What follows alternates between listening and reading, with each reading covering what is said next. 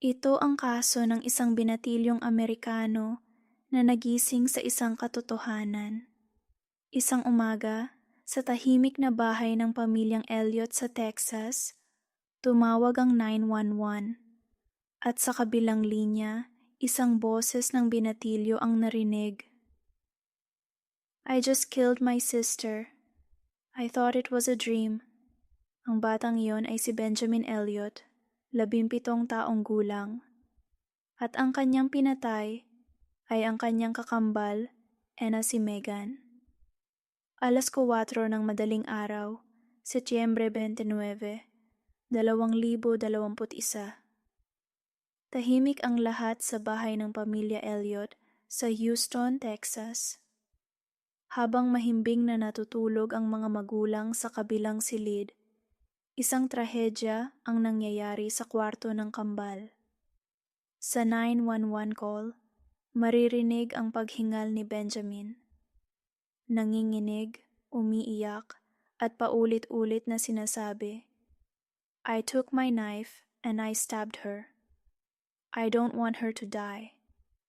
Habang tinuturuan siya ng operator kung paano magsagawa ng CPR, isinisigaw ni Ben ang pangalan ng kanyang mga magulang.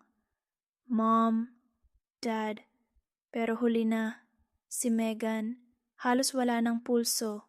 Nang dumating ang mga pulis at paramedics, tumambad sa kanila ang duguang eksena.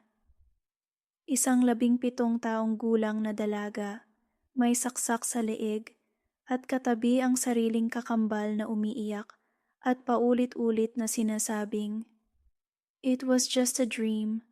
I thought it was a dream. Dinala ng mga pulis si Benjamin sa istasyon. Tahimik, halatang naguguluhan. At doon nagsimula ang mahabang interogasyon.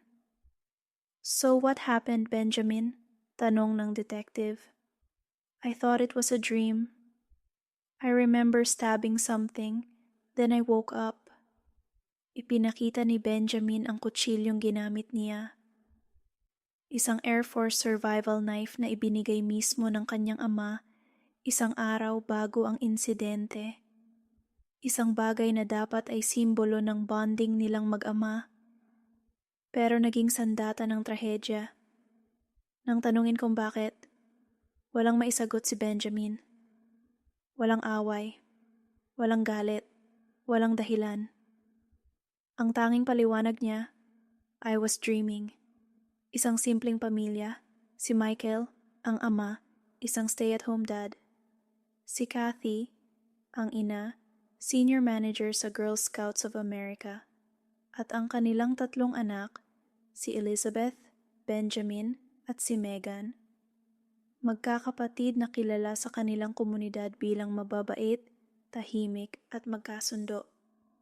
Si Benjamin, matalino, mahilig sa engineering at gamer. Si Megan, artistic, sensitive at may autism.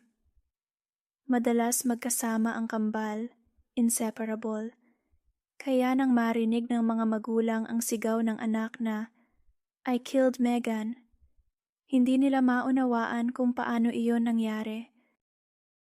Sa autopsy, natuklasang 2 beses na saksak si Megan, isa sa leeg na tumama sa carotid artery at jugular vein. Ang saksak ay malalim, 4 na pulgada. Sa loob ng ilang minuto, binawian siya ng buhay. Sa 911 call, maririnig na sinusubukan ni Benjamin pigilan ang pagdurugo gamit ang unan. Sabi ng mga investigador, bakit unan?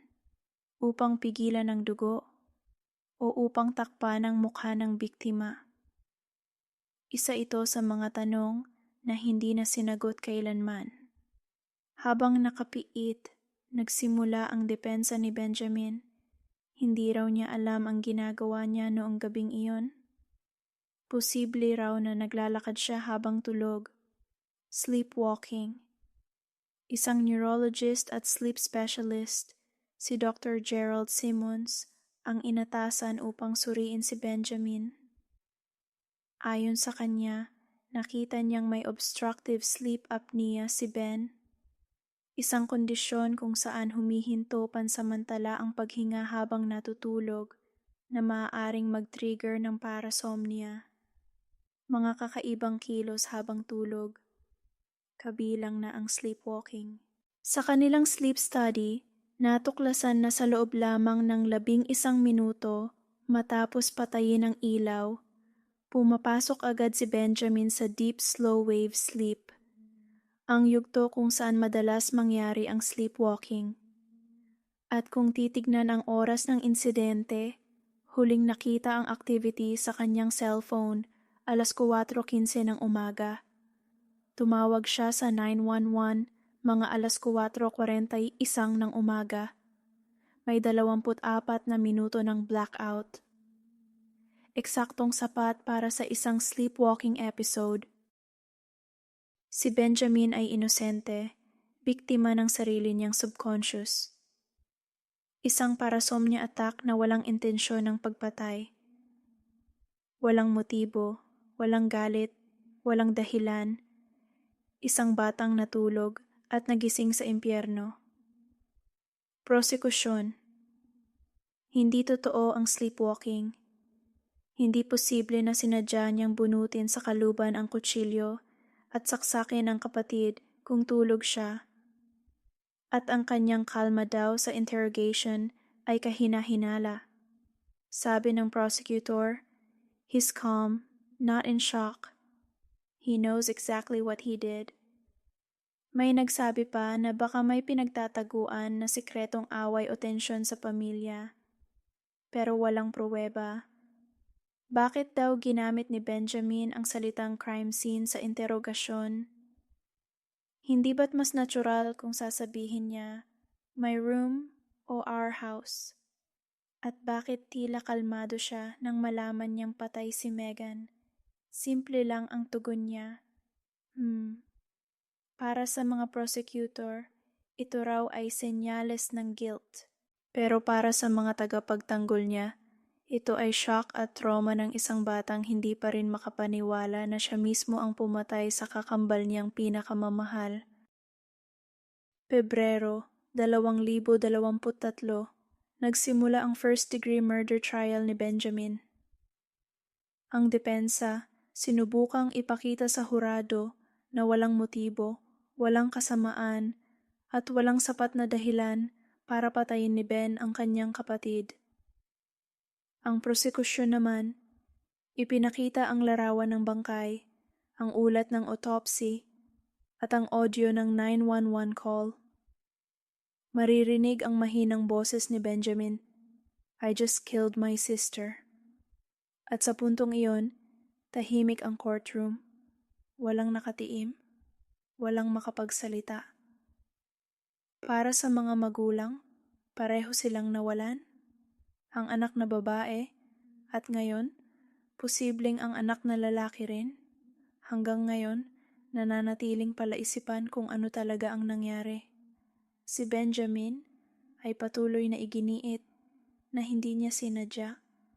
At kahit ang mga eksperto'y hati, ang iba'y naniniwala, posible nga itong sleepwalking homicide. Ang iba na may hindi kailanman tatanggapin niyon bilang depensa. Pero sa huli, anumang maging desisyon ng korte, ang katotohanan ay malinaw. Isang gabi ng bangungot ang kumitil sa dalawang buhay. Ang buhay ni Megan at ang buhay ni Benjamin na hindi na kailanman magiging pareho muli. Sa isang iglap, ang pagmamahal ng kambal ay napalitan ng dugo. Ang bahay na dati puno ng tawanan, ngayoy puno ng tanong. Paano kung totoo nga ang bangungot? Paano kung habang tulog ka, nagawa mong pumatay? Ito ang kaso ng Benjamin at Megan Elliott. Ang kambal na hindi kailanman muling nagising sa parehong mundo. Sa likod ng bawat krimen, may kwentong pilit tinatago. Ngunit tandaan, walang lihim na hindi nabubunyag. Maraming salamat sa panunood. Kung gusto mo pa ng mga totoong kwento ng krimen at katarungan, huwag kalimutang mag-like, mag-subscribe, at i-click ang notification bell. Hanggang sa susunod na kaso, manatiling mapanuri at mag-ingat. Dahil ang kasamaan, minsan, nasa tabi mo lang.